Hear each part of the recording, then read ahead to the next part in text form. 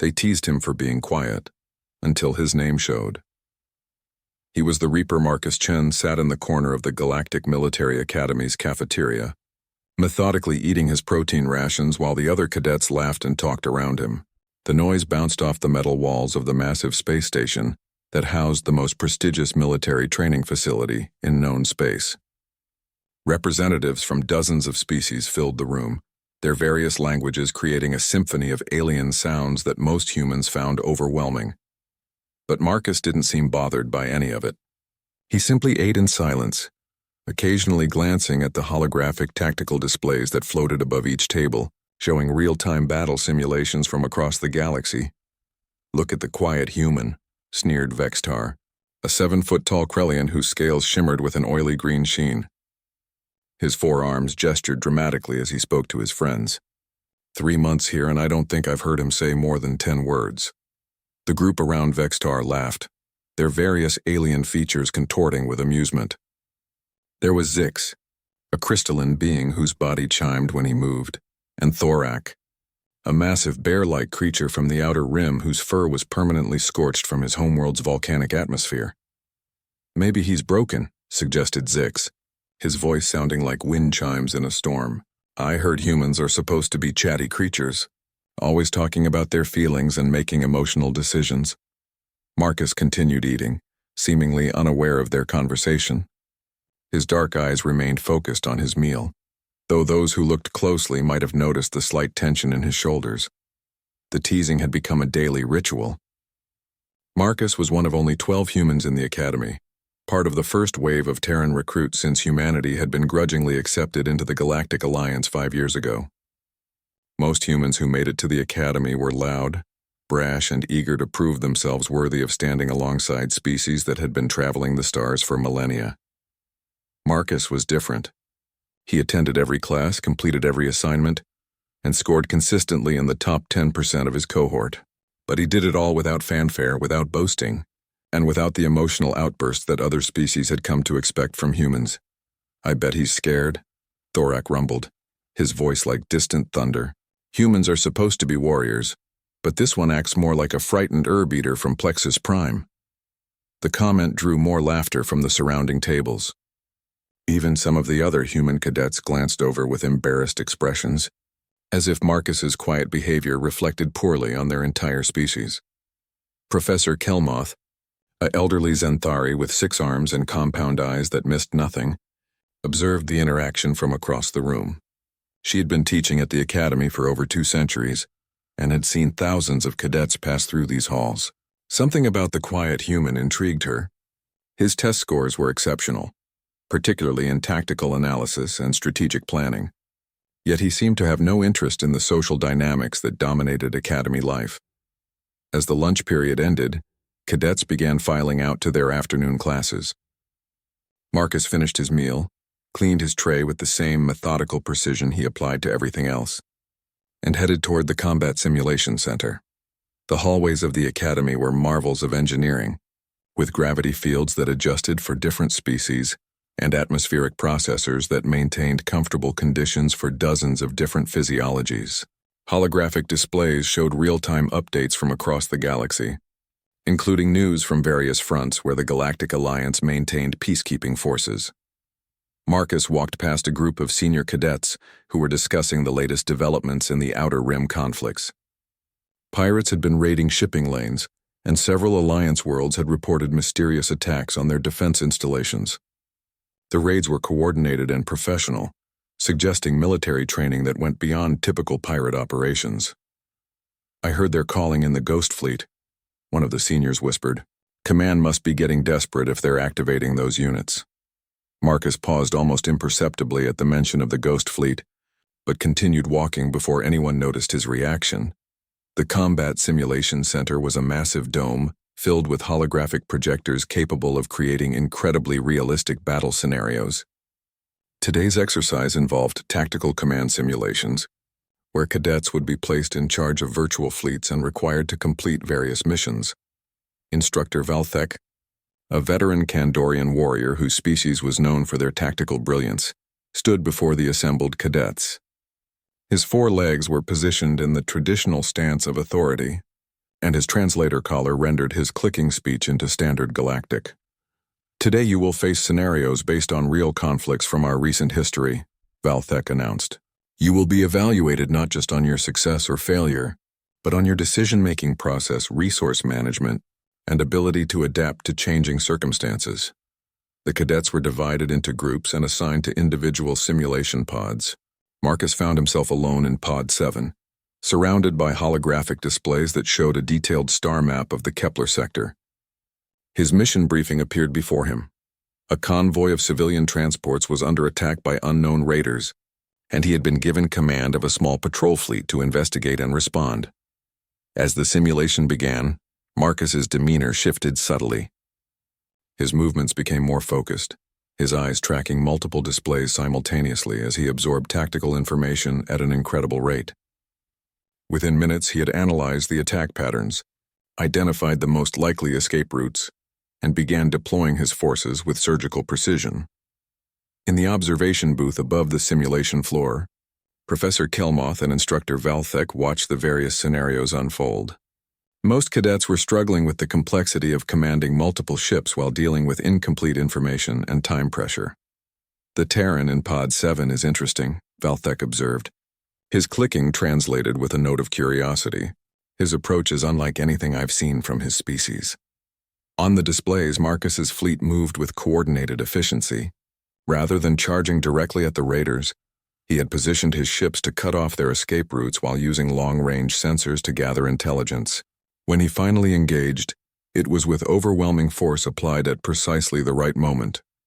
The simulation ended with Marcus achieving a complete tactical victory in record time, having saved all civilian transports while capturing several raiders for interrogation. His resource usage was minimal, and his casualty rate was 0.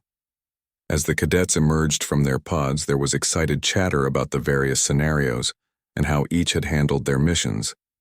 Vextar and his friends had completed their simulations with mixed results, managing to save most of their objectives but at significant cost in ships and personnel. "Lucky guess," Vextar muttered when he saw Marcus's perfect score displayed on the main board. "Probably got an easy scenario." But Professor Kelmoth made a note in her personal files about the quiet human cadet. She had reviewed all the scenarios, and Marcus had been given one of the most difficult situations. His performance suggested a level of tactical thinking that went far beyond what should be possible for someone his age. As the cadets filed out of the simulation center, Marcus remained silent, showing no reaction to his exceptional performance. He simply gathered his materials and headed to his next class, leaving others to wonder about the mysterious human who spoke little but achieved so much. They teased him for being quiet, until his name showed. He was the Reaper. The Academy's night cycle brought a different atmosphere to the massive station. The main lights dimmed to simulate planetary darkness, and the corridors took on an almost ethereal quality as emergency lighting cast long shadows between the structural supports. Most cadets use this time for study, recreation, or sleep, depending on their species' biological requirements. Marcus Chen made his way through the quieter sections of the Academy, heading toward the restricted archives. His access credentials, earned through his exceptional academic performance, allowed him entry to historical databases that most cadets never saw. Tonight he had a specific purpose in mind. The archive chamber was vast and silent, filled with quantum storage units that contained the military history of dozens of civilizations. Holographic interfaces floated at workstations throughout the room, waiting for users to access the billions of records stored within the system. Marcus approached a terminal and began his search. He wasn't looking for general military history or famous battles that every cadet studied. Instead, he accessed a series of classified files related to human military operations during the First Contact Wars, the violent period when humanity had first encountered the galactic community 15 years ago. The files made for grim reading. Humanity's introduction to galactic politics had been through conflict, not diplomacy. A hegemony exploratory fleet had discovered Earth and immediately classified humans as a primitive but aggressive species, suitable for subjugation and resource extraction. The war that followed had lasted 3 years and cost millions of lives on both sides. What most cadets didn't know, and what Marcus was now reading, was how that war had really ended. The official history spoke of diplomatic negotiations and mutual recognition of sovereignty.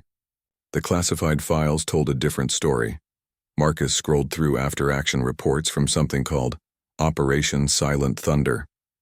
The documents described a series of surgical strikes against hegemony command vessels, carried out by small human units that seemed to appear and disappear without warning. Hegemony forces had begun calling the attackers Deathwalkers in their own language, beings who brought destruction and then vanished like ghosts. The operation had been so effective that the hegemony's war council had sued for peace rather than face continued losses of their command structure. But the files also revealed something else. Operation Silent Thunder had been carried out by a single human operative, working alone behind enemy lines for over a year. The operative's codename had been Reaper. Marcus closed the files and sat back in his chair, his expression unreadable. Around him, the archive chamber hummed with the quiet sounds of quantum processors and environmental systems. He remained motionless for several minutes, lost in thought. The next morning brought another day of classes and training exercises. In advanced xenobiology, Professor Yiltash, a slug-like Molarian with expertise in cross-species physiology, was discussing the various physical adaptations that different species had developed for warfare. The Krellians, she said, her translated voice carrying a slight wet quality, developed enhanced musculature and redundant organ systems that make them nearly impossible to disable in close combat. The Zenthari evolved their additional limbs to allow for complex manipulation of multiple weapon systems simultaneously. Vexitar preened at the mention of his species' combat prowess, flexing his forearms in an obvious display.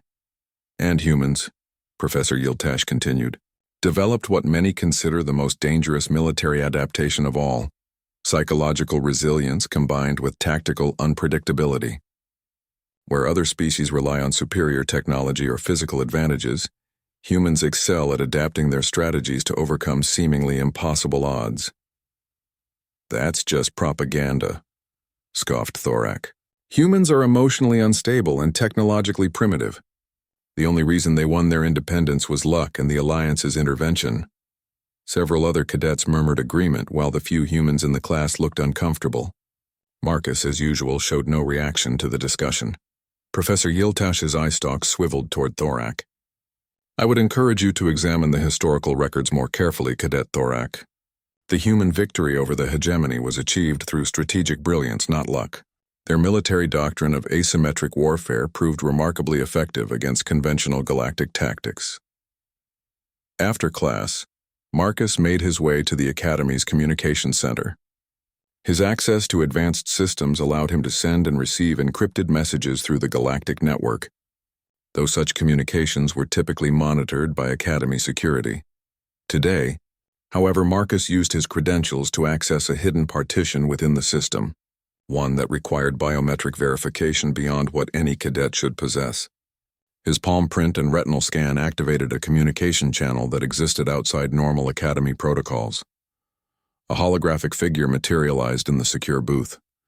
The image was distorted for security purposes, showing only a silhouette against a backdrop of static. Status report, the figure said without preamble. Assignment proceeding as planned, Marcus replied, his voice carrying a professional tone that none of his fellow cadets had ever heard.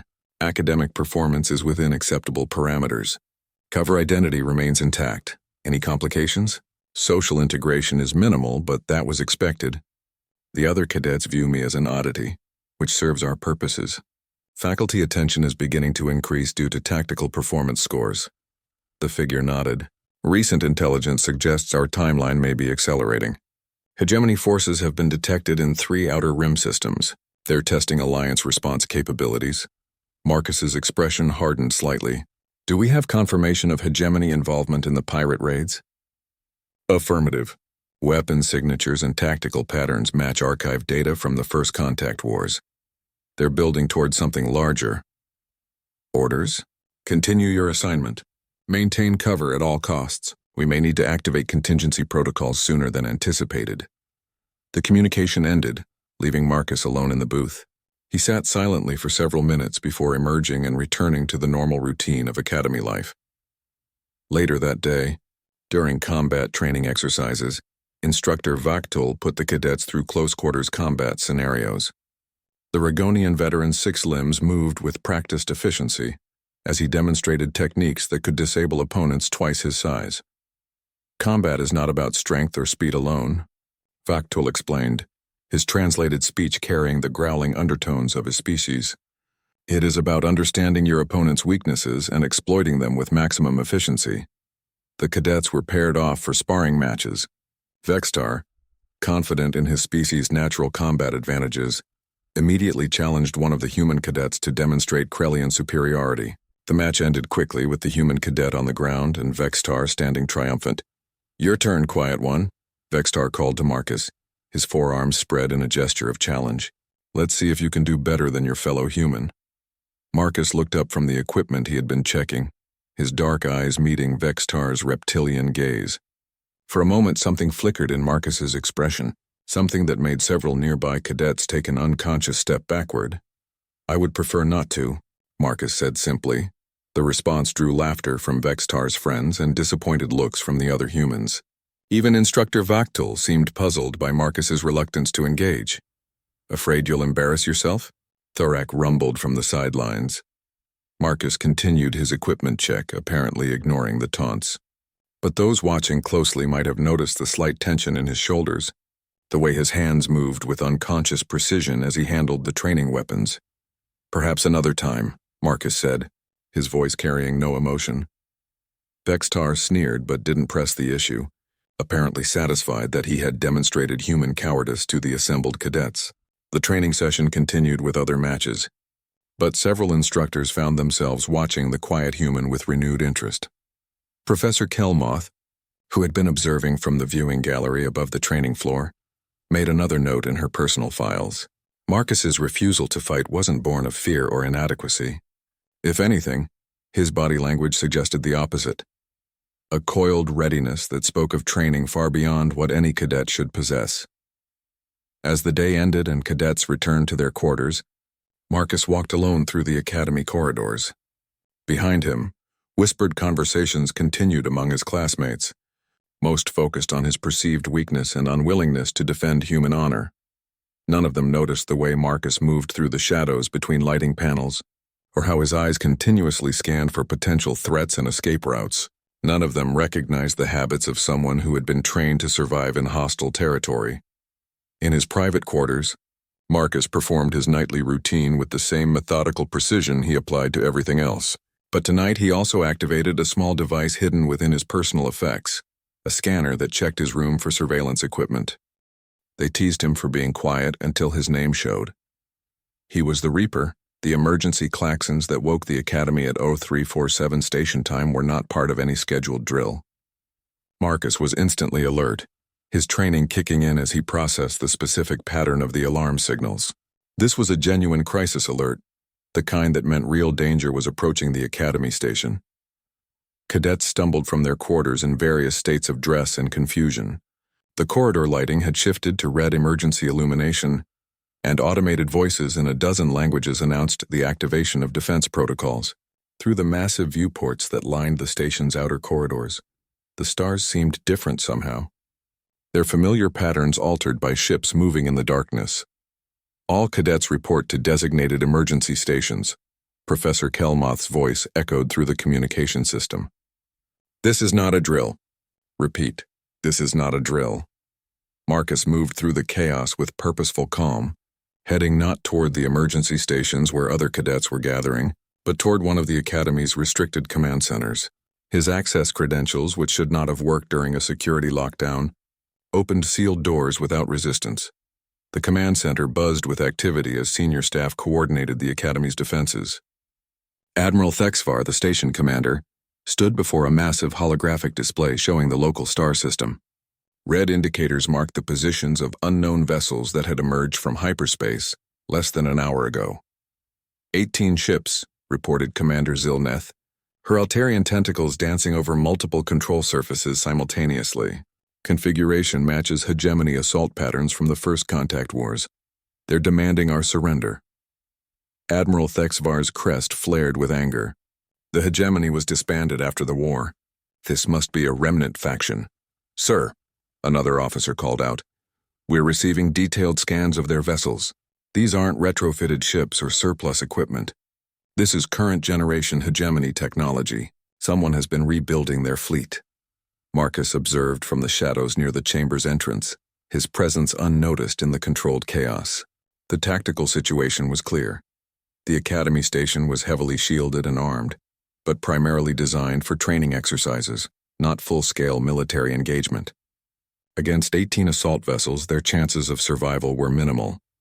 "Send word to Alliance Command," Admiral Thexvar ordered. "Request immediate military assistance. Sir, communications are being jammed. Long-range transmissions are not getting through." The Admiral's expression grew grim. The Academy housed over 3,000 cadets and staff from dozens of species, representing the future military leadership of the Galactic Alliance. If the station fell, it would be both a strategic and symbolic victory for humanity's former enemies. Marcus slipped away from the command center and made his way to a different section of the station. The communications jamming that prevented calls for help also provided opportunities for those who knew how to exploit such situations. In a maintenance section rarely visited by Academy personnel, Marcus accessed a hidden panel and activated equipment that definitely did not appear on any official station schematics.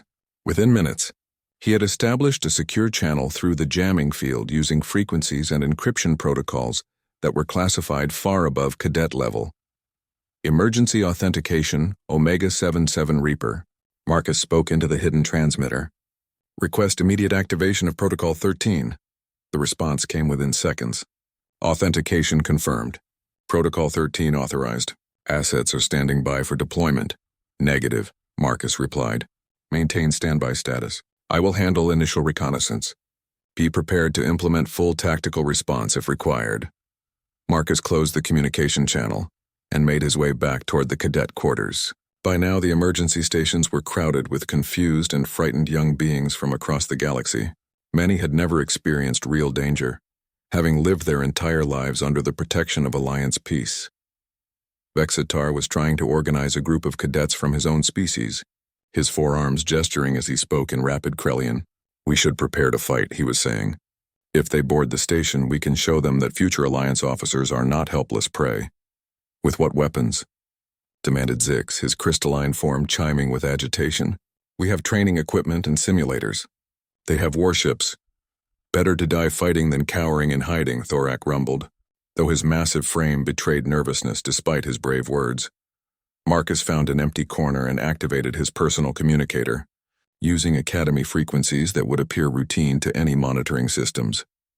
"Cadet Chen to Command Center," he said. "Request permission to assist with technical systems analysis." Professor Kelmoth's voice responded. "Denied, Cadet Chen. All cadets are to remain at emergency stations until further notice."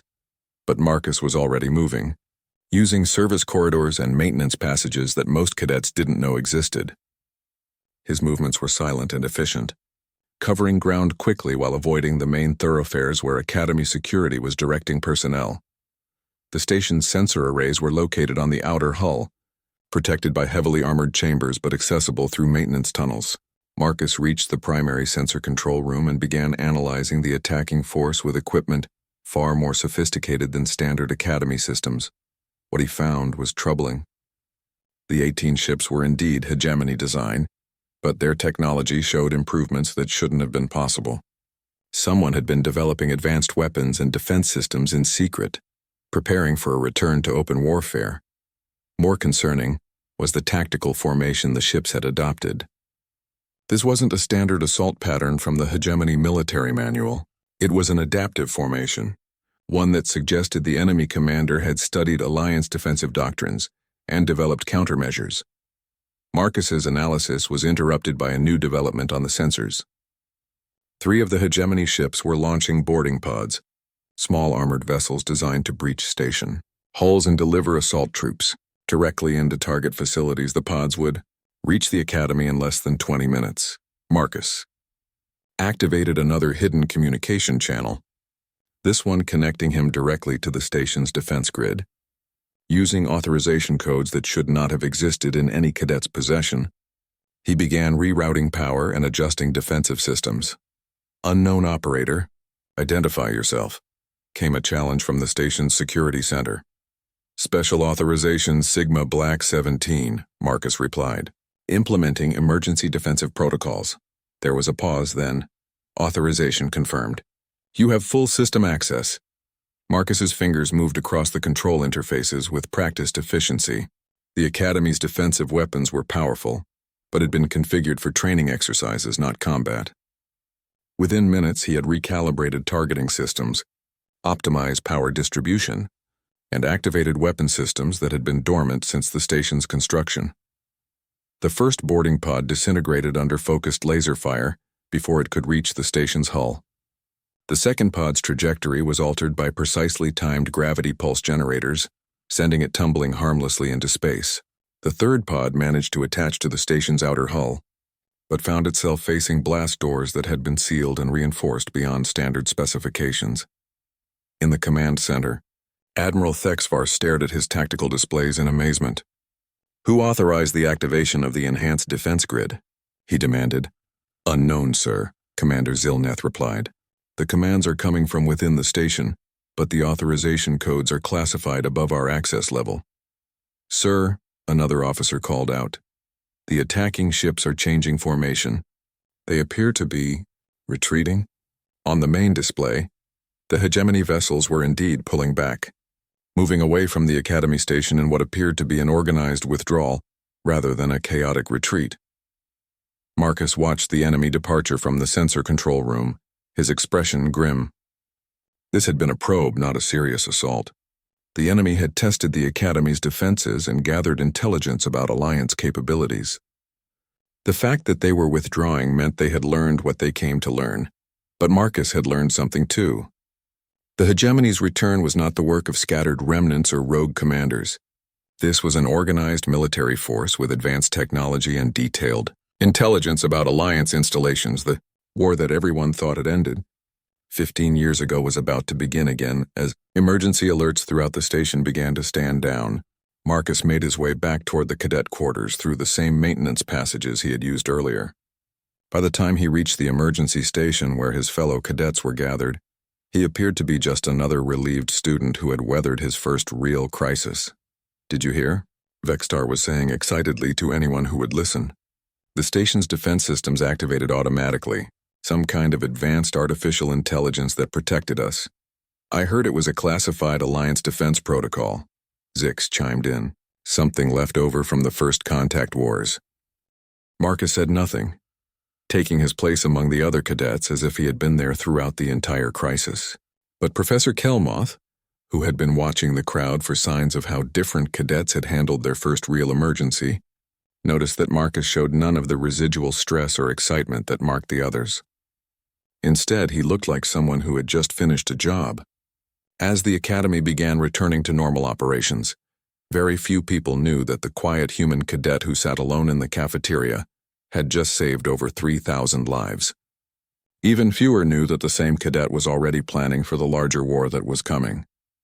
And absolutely no one suspected that Marcus Chen had once been the most feared operative in human military history.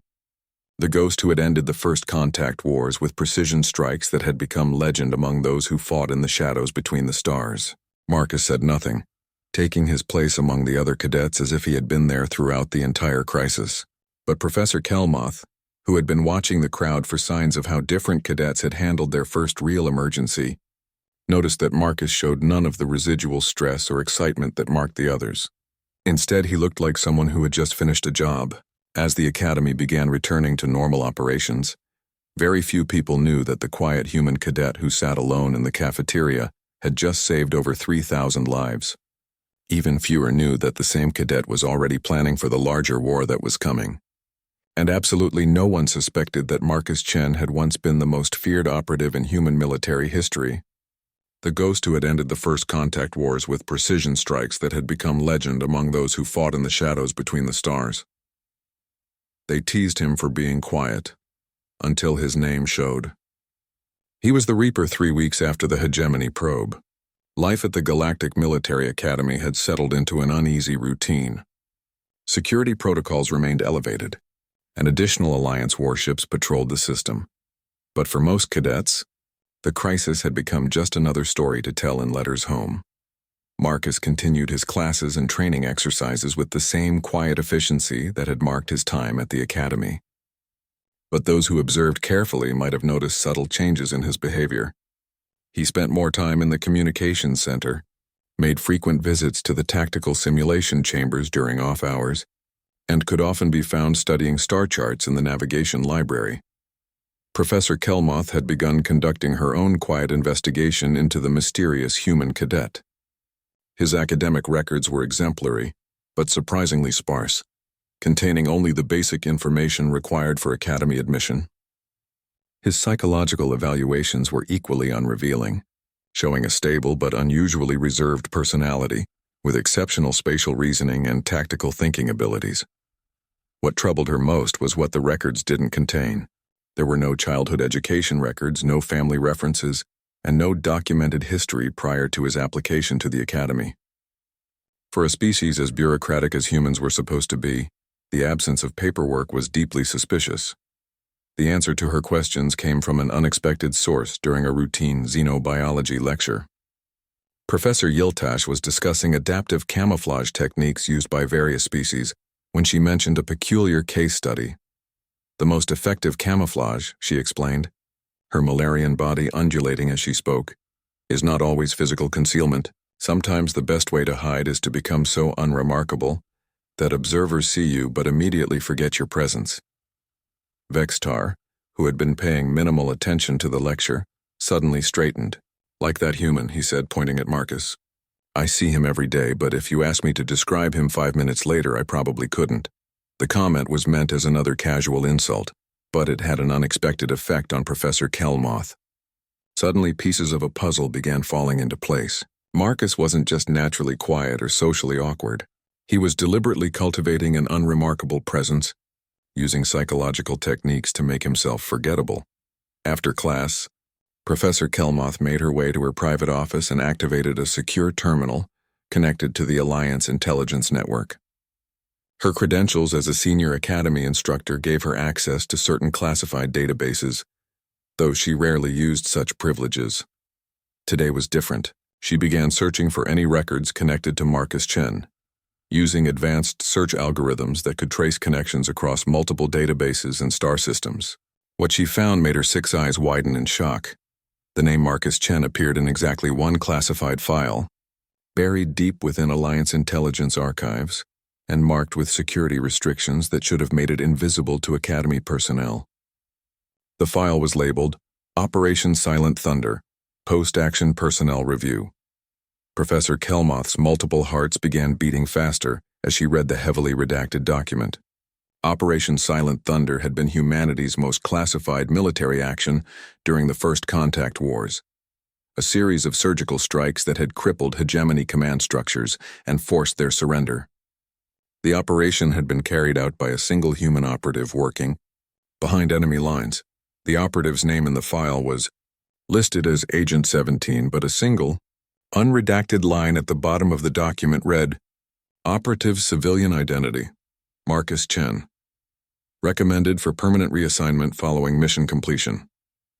Professor Kelmoth sat back in her chair, her mind reeling from the implications. The quiet cadet who sat in her classes every day, the one his fellow students teased for being weak and unremarkable, was possibly the most dangerous individual on the station. Her contemplation was interrupted by an urgent communication alert. Academy security was requesting her immediate presence in the command center for a matter of utmost importance regarding cadet welfare.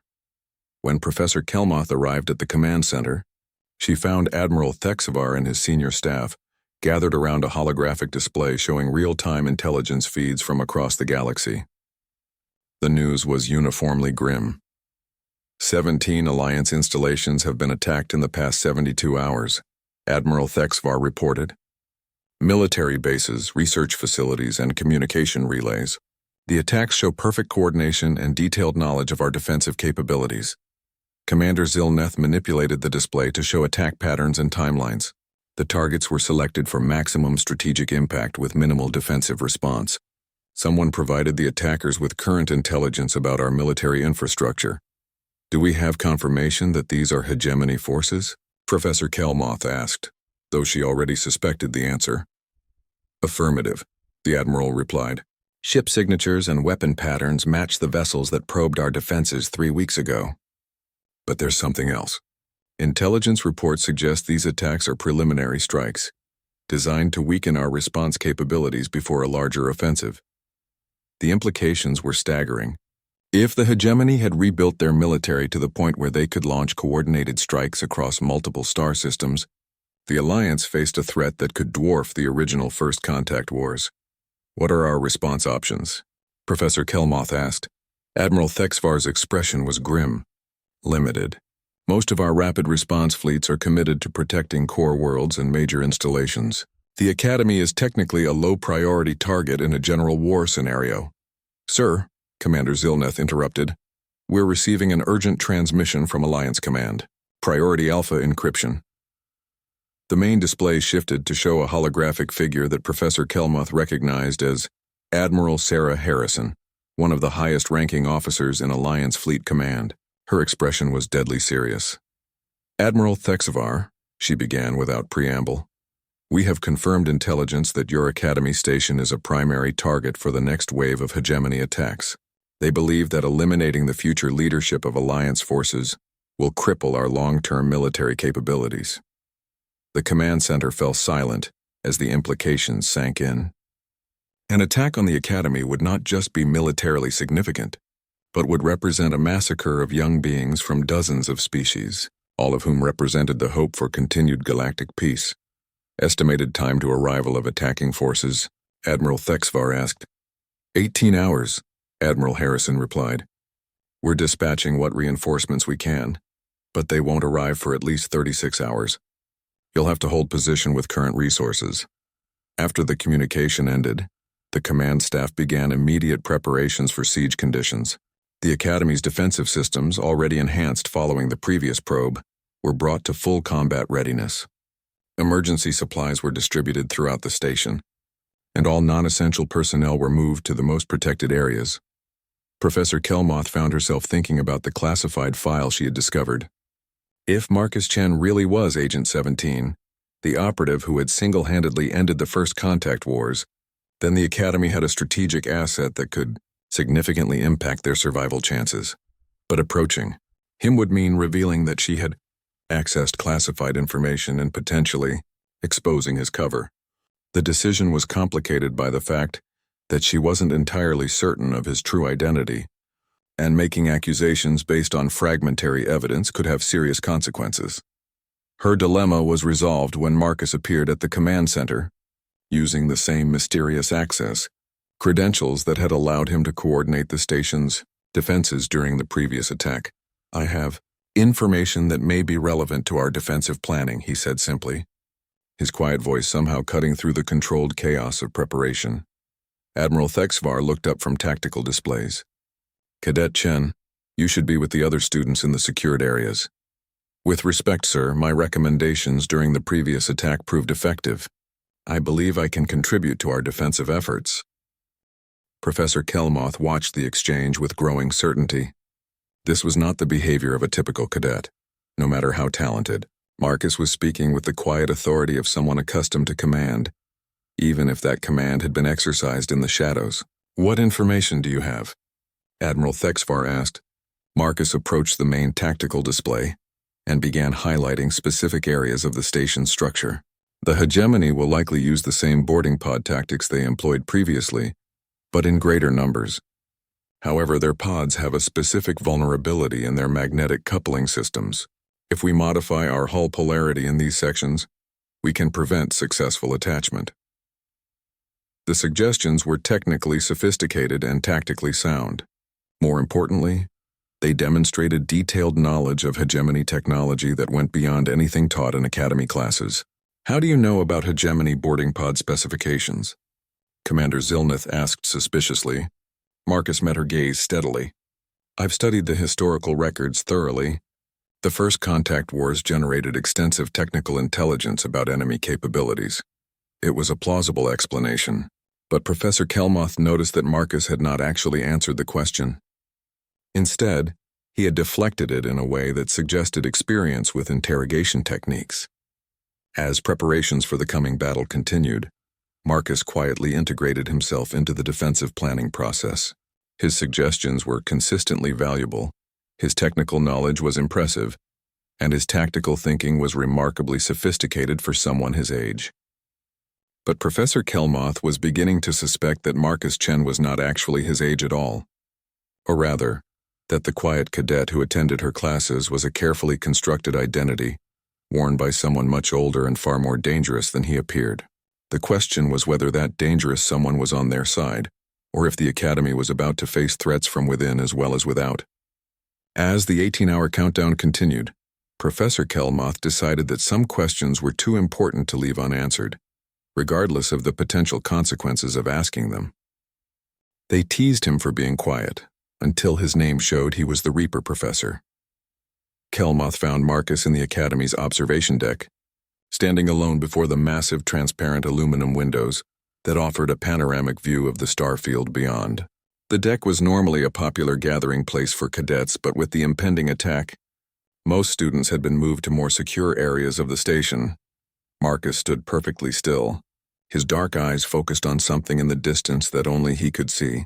To a casual observer, he might have appeared to be a nervous cadet seeking solitude before battle. But Professor Kelmoth noticed the way he positioned himself with clear lines of sight to all entrances, and how his reflection in the window allowed him to monitor the corridor behind him. "The stars look different when you know danger is coming," she said, approaching slowly to avoid startling him. Marcus turned slightly, acknowledging her presence without appearing surprised by her arrival. "They look the same to me," he replied. "Stars don't change. Only our perspective does." Professor Kelmoth moved to stand beside him at the window. Through the transparent barrier, the distant pinpricks of light seemed peaceful and eternal, offering no hint of the violence that was approaching through the darkness between them.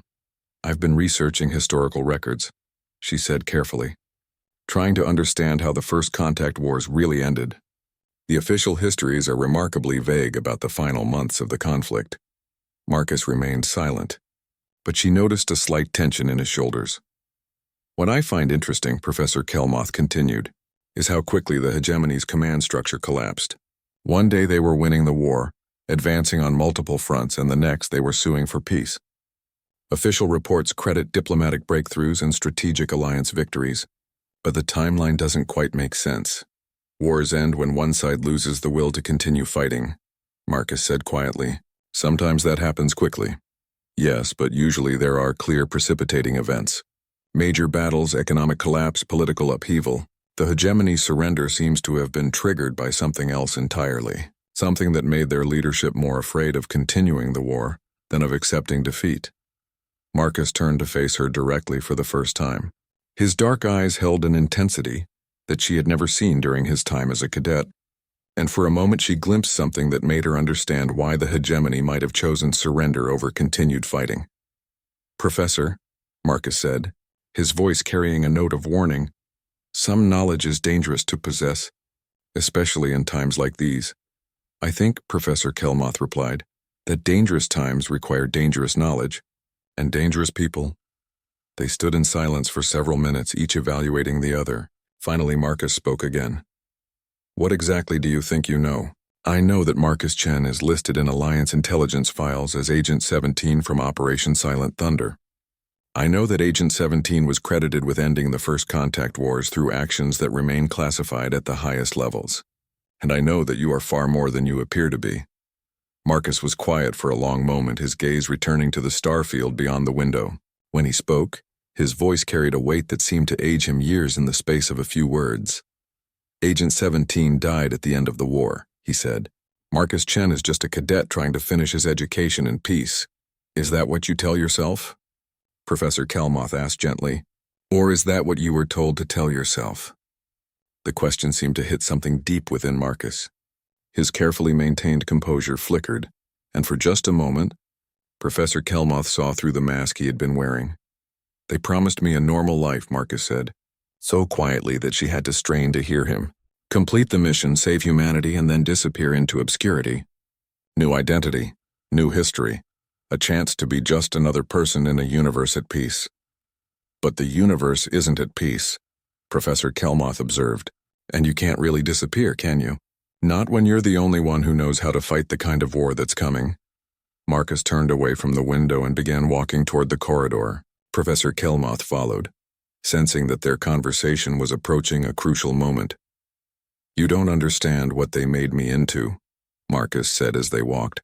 The things I did during the war, the people I killed, the choices I had to make. Agent 17 wasn't a hero.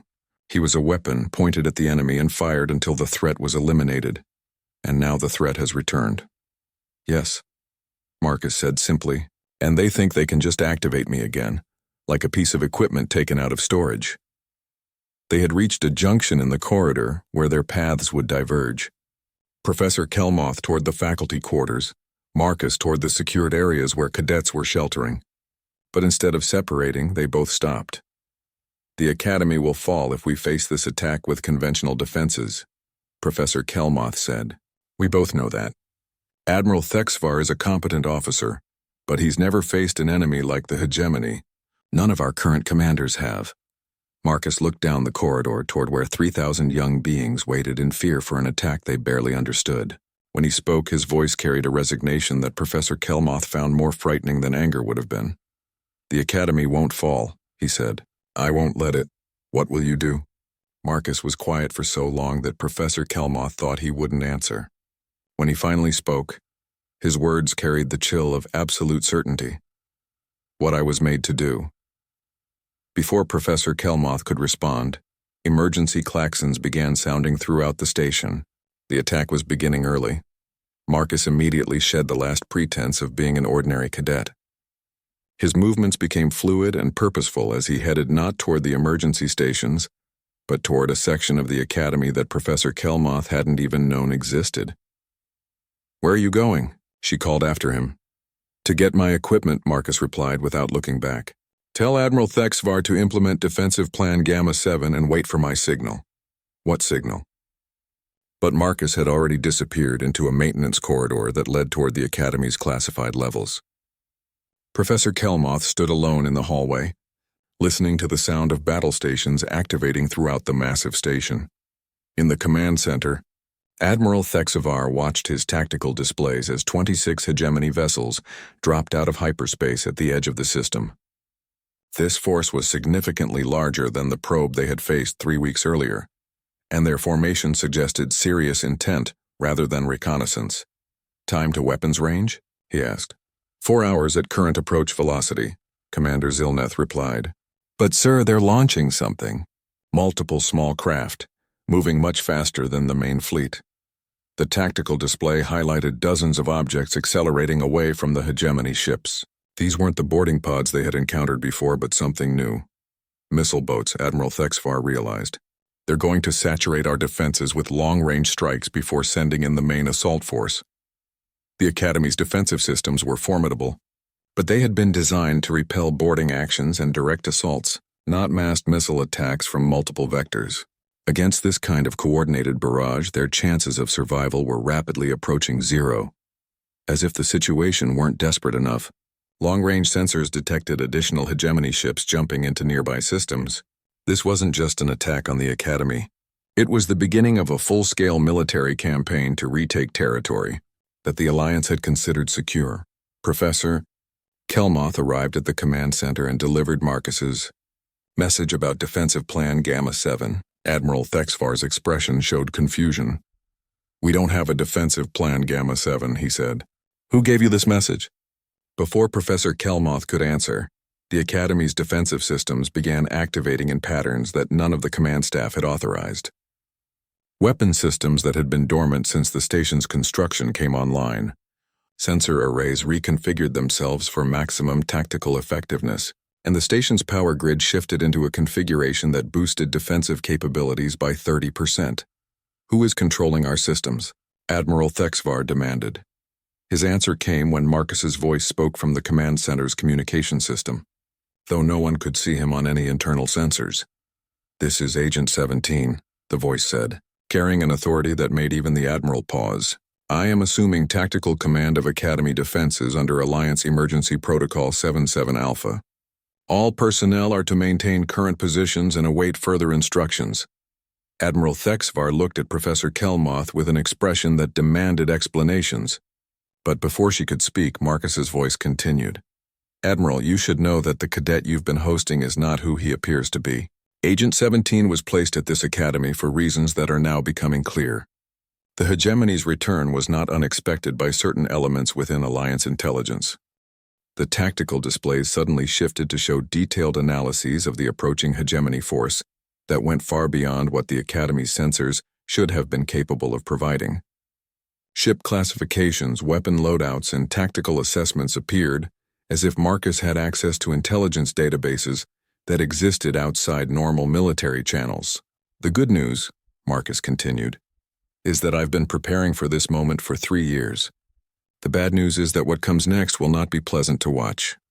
As the first wave of hegemony missile boats reached weapons range, the Academy's defensive systems responded with precision that seemed almost supernatural. Point defense systems that had never been tested in combat performed with efficiency that suggested extensive practice, and countermeasures deployed with perfect timing to neutralize incoming threats. But Professor Kelmoth noticed that the defensive systems weren't just reacting to the attack, they were anticipating it, responding to threats before they fully developed, as if someone was predicting enemy movements with uncanny accuracy. In the depths of the Academy, in a chamber that officially didn't exist, Marcus Chen stood before banks of equipment that had been waiting in darkness for 3 years. As he began the final preparations for a battle that would determine the fate of thousands, he allowed himself one moment of regret for the peaceful life he was about to leave behind forever. Then Agent 17 took over completely, and Marcus Chen ceased to exist. They teased him for being quiet, until his name showed he was the Reaper, the way. Hidden chamber where Marcus had spent 3 years preparing for this moment was a marvel of concealed technology. Built into the Academy's superstructure during its original construction, the facility had remained invisible to all scans and inspections, powered by a fusion cell that drew no energy from the station's main grid banks of quantum processors hummed with activity as they processed real-time intelligence from sensor networks that extended far beyond the Academy's known capabilities. Holographic displays showed tactical situations across multiple star systems, tracking hegemony movements with precision that suggested surveillance assets positioned throughout enemy territory. At the center of the chamber stood Marcus, but the transformation that had taken place was remarkable. Gone was the quiet cadet who had endured months of ridicule and dismissal. In his place stood a figure that radiated controlled lethality, moving with the fluid efficiency of someone who had spent years perfecting the art of warfare. The equipment surrounding him was equally transformed. What had appeared to be standard Academy maintenance gear was revealed as highly specialized military hardware. Stealth suits that could render the wearer invisible to most sensor types. Weapons that fired projectiles accelerated to near-relativistic speeds, and communication systems that could penetrate any known jamming technology. Ghost Fleet Command, this is Agent 17. Marcus spoke into a communication array that existed outside all official military channels. Confirm readiness status for Operation Dark Mirror. The response came immediately from multiple sources scattered across the galaxy. Ghost 1 through Ghost 12 reporting ready. All assets deployed and standing by for activation. Confirmed. Initiate Phase 1 on my mark. Marcus turned to a tactical display showing the Academy's immediate vicinity. The hegemony missile boats had reached optimal firing range and were beginning their bombardment. The Academy's enhanced defenses were holding, but barely. Within an hour, the concentrated firepower would begin penetrating the station's shields. Marcus said quietly. Across the galaxy, 12 locations that had seemed completely unremarkable suddenly revealed their true nature. Asteroids that had drifted in empty space for years activated hidden drives and began moving with purpose. Derelict ships that had been dismissed as space junk powered up weapon systems that had been waiting in darkness. Research stations and remote systems shed their peaceful facades and launched military craft that officially didn't exist. The Ghost Fleet had been humanity's ultimate contingency plan, conceived during the darkest days of the First Contact Wars and maintained in secret ever since. 12 fully automated military platforms, each equipped with technology decades ahead of anything in the official Alliance arsenal, positioned throughout known space and waiting for a signal that everyone had hoped would never come. In the Academy's command center, Admiral Thexvar watched his tactical displays with growing confusion as sensor readings began showing impossible events throughout local space. "Sir," Commander Zielneth reported, her tentacles trembling with agitation, "we're detecting massive gravitational anomalies in 7 different systems. Something is moving out there, something big. Hegemony reinforcements?" the Admiral asked. "Negative, sir. The signatures don't match any known vessel types, and they're moving toward hegemony positions. Not Alliance territories." Professor Kelmoth, who had remained in the command center despite orders to evacuate, understood what was happening before the military officers did. She had spent decades studying the history of interspecies warfare, and she recognized the signs of a strategic gambit that went far beyond conventional military thinking. "Admiral," she said quietly, "I believe we're about to witness the return of humanity's true military doctrine." Her words proved prophetic as the first Ghost Fleet assets reached their targets. Hegemony supply convoys that had been moving through supposedly secure space simply vanished, their escort vessels reduced to expanding clouds of plasma before they could send distress signals. Command stations that had been coordinating the Academy assault suddenly went silent, their communications cut by strikes that appeared to come from empty space. In the hidden chamber, Marcus monitored the engagement through sensor networks that provided him with real-time intelligence from across the galaxy. The Ghost Fleet was performing exactly as designed, striking with surgical precision at the logistical and command infrastructure that supported hegemony military operations. But the Academy itself remained under direct assault, and that required a more personal approach. Marcus activated the final piece of equipment he had been hoping he would never need to use. The quantum displacement system was experimental technology that pushed the boundaries of what physics considered possible. It would allow him to appear anywhere within a light-year radius instantaneously, but the energy requirements were enormous, and the system could only be used once. Ghost Fleet Command, this is Agent 17, implementing Phase 2. Maintain current operations until you receive termination codes or until all targets are eliminated. Confirmed, Agent 17. Good hunting. Marcus stepped into the displacement chamber and set coordinates that would place him aboard the Hegemony flagship, the massive dreadnought that was coordinating the Academy assault. As the system powered up, he allowed himself one final look at the monitor showing the Academy's cadet quarters, where 3,000 young beings waited in fear for a battle they didn't understand. Vextar, Zix, Thorak, and all the others who had spent months mocking the quiet human would never know that their survival depended on the very person they had dismissed as weak and worthless. In a way, Marcus preferred it that way. Heroes were supposed to be celebrated, but what he was about to do would not be heroic in any conventional sense. The displacement system activated with a sound like reality tearing, and Marcus vanished from the Academy station. He reappeared in the command center of the Hegemony flagship Dominator, materializing behind the enemy commander, with the silence of a ghost and the inevitability of death itself. The Hegemony crew, focused on their assault preparations, didn't notice the new presence until it was far too late. Supreme Commander Vakthul of the Hegemony Third Fleet had been looking forward to this moment for 15 years. The chance to strike at the heart of Alliance military training, to eliminate the future leaders who might otherwise stand against hegemony expansion, represented both strategic victory and personal revenge for his species' earlier defeat. He never saw the human who appeared behind him like a shadow-given form. Marcus moved through the enemy command center with mechanical precision, eliminating threats in order of their danger to his mission. Communications officers died before they could send warnings. Weapons controllers fell before they could activate internal defenses. Security personnel found themselves facing an opponent who seemed to anticipate their every move. Within 3 minutes, the flagship's command center was silent except for the soft humming of computer systems and the quiet footsteps of a single human operative. Marcus accessed the ship's command systems using interface protocols he had memorized during the first contact wars. Hegemony technology had evolved in the intervening years, but their basic command structures remained similar enough that his old infiltration techniques still worked. The first thing he did was disable the flagship's communication arrays, cutting the ship off from the rest of the hegemony fleet. Then he began systematically accessing tactical databases, downloading intelligence about hegemony operations throughout the galaxy. What he found confirmed his worst fears.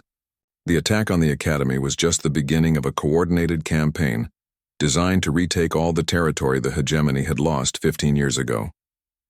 They had spent the intervening years rebuilding their military with advanced technology and detailed intelligence about Alliance defensive capabilities. But they had made one crucial mistake in their planning. They had assumed that Agent 17 was dead, that the weapon that had ended the First Contact Wars no longer existed. Marcus activated the ship's internal communication system and spoke in fluent hegemony military dialect. "All vessels, this is Flagship Dominator. Execute Protocol 777 immediately. Repeat, execute Protocol 777. Protocol 777 was the hegemony's emergency withdrawal command, used only when a mission had been completely compromised, and immediate retreat was the only option for survival. Throughout the attacking fleet, ship commanders received the authenticated order and began implementing withdrawal procedures without question. As hegemony vessels started disengaging from their assault on the Academy, Marcus implemented the final phase of his plan. Using the flagship's weapon systems, he began targeting the retreating ships with precise strikes that disabled their hyperspace drives without destroying them completely. Within 20 minutes, the entire hegemony fleet was dead in space, unable to flee and cut off from communication with their command structure. They had gone from hunters to prey in the time it took one human operative to cross the distance between ships. In the Academy's command center, Admiral Thexvar watched the impossible events unfolding on his tactical displays. "Status report," he demanded. "What just happened to the enemy fleet?" "Unknown, sir," Commander Zilnith replied. "The hegemony ships have ceased their attack and appear to be disabled. We're detecting massive system failures throughout their formation." Professor Kelmoth approached the main display, studying the tactical situation with growing understanding. The hegemony fleet hadn't been destroyed by conventional weapons or superior firepower. They had been neutralized with surgical precision that spoke of intimate knowledge of their capabilities and weaknesses. "Admiral," she said quietly, "I believe Agent 17 has completed his mission." As if summoned by her words, Marcus's voice came through the communication system once again. But now there was a weariness in his tone that spoke of battles fought and prices paid. "Academy Control, this is Agent 17. The immediate threat has been neutralized.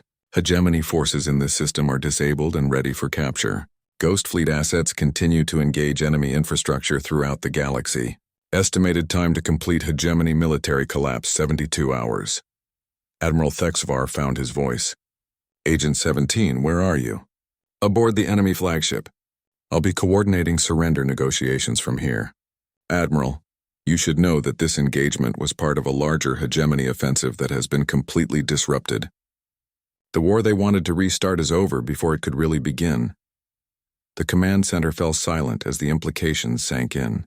The crisis that had threatened to engulf the galaxy in another devastating war had been resolved by a single operative working from the shadows, using assets and capabilities that officially didn't exist. But Professor Kelmoth understood that victory had come at a cost that few would ever comprehend. The quiet cadet who had attended her classes and endured mockery from his fellow students was gone, replaced by a legend that most people would never know had returned to save them all. In the cadet quarters, Vextar and his friends celebrated their survival, never knowing that the human they had dismissed as weak and worthless had just prevented a war that would have consumed billions of lives across the galaxy. And in the empty hidden chamber deep within the Academy, quantum processors continued their silent work, maintaining surveillance networks and defensive systems that would keep watch over a peace that had been preserved by the return of the Reaper. They teased him for being quiet, until his name showed. He was the Reaper. 6 months after the hegemony fleet's surrender, the Galactic Military Academy had returned to something approaching normal operations. The disabled enemy vessels had been towed away for analysis, their crews processed through Alliance prisoner-of-war protocols, and new security measures implemented. Throughout Alliance space, the official reports credited the Academy's survival to enhanced defensive systems and timely Alliance reinforcements. No, Mention was made of Agent 17, the Ghost Fleet, or the true nature of humanity's military capabilities. The galaxy continued to believe that the hegemony's second war had ended through conventional military action and diplomatic negotiation. But for those who had witnessed the events firsthand, questions remained. Professor Kelmuth found herself walking through the academy corridors more frequently now, observing the cadets who attended classes and training exercises with renewed normalcy. The young beings from dozens of species seemed unaware of how close they had come to being casualties in a war that would have consumed their futures. She was particularly interested in observing the human cadets, wondering if any of them might be more than they appeared. The revelation that one of their number had been the legendary Agent 17 had changed her perspective on humanity's role in galactic affairs. Marcus, Chen had not returned to the academy. According to official records, Cadet Chen had been granted extended leave for classified reassignment related to ongoing security concerns. His personal quarters had been cleaned out by academy staff, and his few possessions had been forwarded to an address that existed only in Alliance intelligence databases. The other cadets barely noticed his absence. Vextar occasionally made jokes about the quiet human who had disappeared rather than face real military service. But even those comments had become less frequent as new events captured the attention of young minds. Only Professor Kelmuth seemed to remember that Marcus had ever existed at all, and she was beginning to suspect that even her memories were being deliberately obscured by techniques she didn't fully understand. The truth about Agent 17's fate came to her through an unexpected source during a routine meeting of the Academy Council. Admiral Thexvar had called the session to discuss updated curriculum requirements for advanced tactical training, but the conversation had drifted toward recent events and their implications for military education. The hegemony collapse was more complete than we initially realized, Admiral Thexvar reported. Intelligence analysis suggests that their entire military infrastructure was systematically dismantled over a 72-hour period. Command bases, supply depots, research facilities, and communication networks were all neutralized with precision that defies conventional military doctrine. Professor Yiltash, the Malarian xenobiologist, undulated thoughtfully. Such comprehensive destruction would require intimate knowledge of enemy capabilities and extensive pre-positioned assets. The operation must have been planned for years, possibly decades. Or, suggested Professor Kelmuth carefully, it was carried out by someone with previous experience fighting the hegemony. Admiral Thexvar's expression grew troubled. The classified briefings I've received suggest that humanity maintains military capabilities significantly beyond what they've shared with the Alliance. The Ghost Fleet assets that appeared during the crisis were decades ahead of our current technology. Where are those assets now? Asked Commander Zilneth, who had been promoted following her performance during the crisis. Unknown, the Admiral replied. They've vanished as completely as they appeared. Our sensors can't track them, and Alliance intelligence claims no knowledge of their current positions. Professor Kelmuth felt a chill as she realized the implications. Somewhere in the darkness between the stars, automated weapons platforms were maintaining silent watch over galactic civilization, controlled by protocols and procedures that only one human fully understood. Her questions about Marcus's fate were answered 3 days later when she received a personal message through the Academy's communication system. The transmission was encrypted with codes she didn't recognize and delivered through channels that shouldn't have been accessible to civilian personnel. The message was brief and unsigned, but she knew who had sent it. Professor, thank you for your discretion during recent events. Marcus Chen was a good student, and I hope his classmates remember him fondly. Agent 17 has other responsibilities now. But he wanted you to know that your xenobiology lectures were among the few things about Academy life that he genuinely enjoyed. The galaxy is safer than it appears, and peace is more fragile than most people realize. Both conditions will continue as long as necessary. A friend. Professor Kelmuth read the message 3 times before the text automatically deleted itself from her communication system. She sat alone in her office for nearly an hour afterward, contemplating the weight of secrets she now carried and the responsibility that came with such knowledge. Meanwhile, in the Academy cafeteria, the daily rhythms of cadet life continued without interruption. Vextar held court at his usual table, regaling younger students with embellished stories about the hegemony attack and his own brave actions during the crisis. The quiet human ran away when things got dangerous, he was saying to a group of first-year cadets. Typical human behavior. They talk about being warriors, but when real fighting starts, they disappear. Zix chimed his agreement, his crystalline form resonating with amusement. I heard he couldn't handle the pressure of real military training. Some species just aren't cut out for the warrior life. Thorak nodded his massive head, his scorched fur rippling with the motion. Good thing the Alliance has real soldiers to depend on. If we had to rely on humans like that one, we'd all be speaking hegemony by now. The younger cadets laughed at the jokes, accepting the older students' assessment without question. None of them noticed the human cadet sitting alone in the corner, a quiet young woman who listened to the conversation with an expression that suggested she might know more about recent events than she was willing to share. Sarah Martinez was the newest human addition to the academy, having arrived just 2 weeks after Marcus's disappearance. Her academic records were exemplary. Her psychological evaluations showed remarkable stability, and her tactical thinking abilities were rated as exceptional. She was also, Professor Kelmoth had begun to suspect, not quite what she appeared to be. The patterns were too familiar now. The quiet demeanor, the reluctance to socialize, the tendency to remain unnoticed despite exceptional performance. Sarah Martinez showed all the signs of someone who had been trained to blend into institutional environments while maintaining capabilities far beyond those of her apparent peers. But Professor Kelmoth had learned the dangers of curiosity about such matters. Some secrets were meant to remain hidden, and some guardians were best left undisturbed in their silent vigils. In the depths of space, far from any charted star system, a small ship drifted between the galaxies like a ghost seeking rest.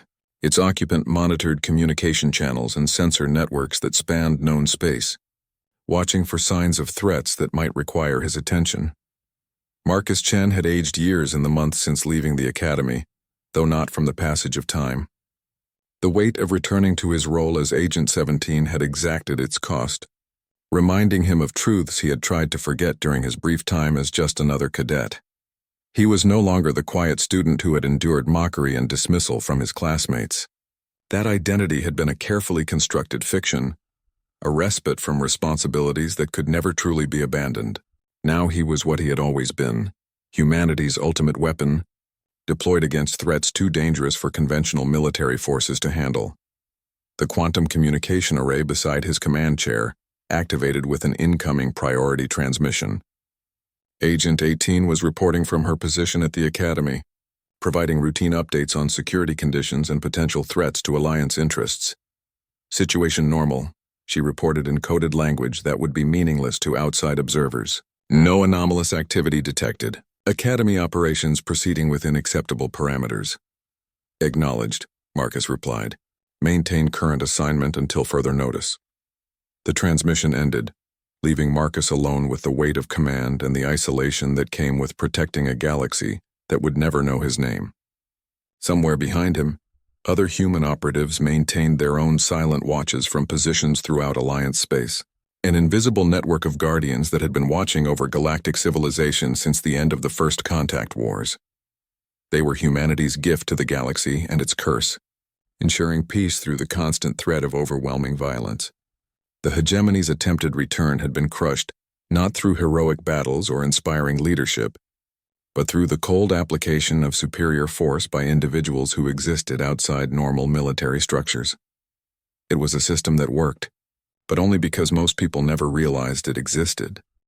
Back at the academy, Professor Kelmoth concluded her evening lecture on adaptive camouflage techniques, watching her students file out with the casual confidence of young beings who believed they understood how the universe operated.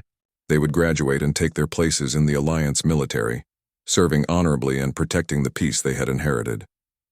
None of them would ever know that their peaceful galaxy was maintained by shadows who moved between the stars, ready to act when conventional forces proved inadequate.